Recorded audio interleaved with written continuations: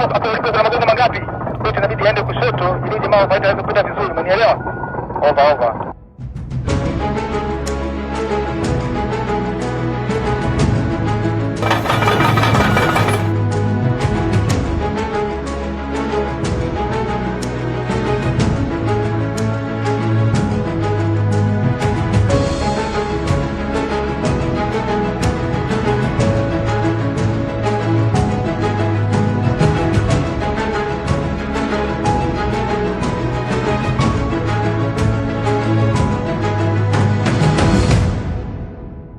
Kwa majina naitwa Engineer Edward Dickson Julius, ni project manager kwenye mradi wetu wa Sei Coffee Farm.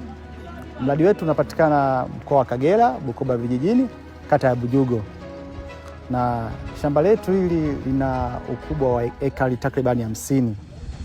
Na hapa tuko kwenye stage ya kwanza.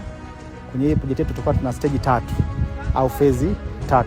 Ambapo phase ya kwanza kama unayoiona tupo kwenye maandalizi ya mradi, ambapo tutasafisha shamba kama unavyoona, tutaondoa visiki pamoja na kulima kabisa na kutoa takataka zote ili shamba liweze kuwa huru kwa ajili ya kilimo cha kahawa.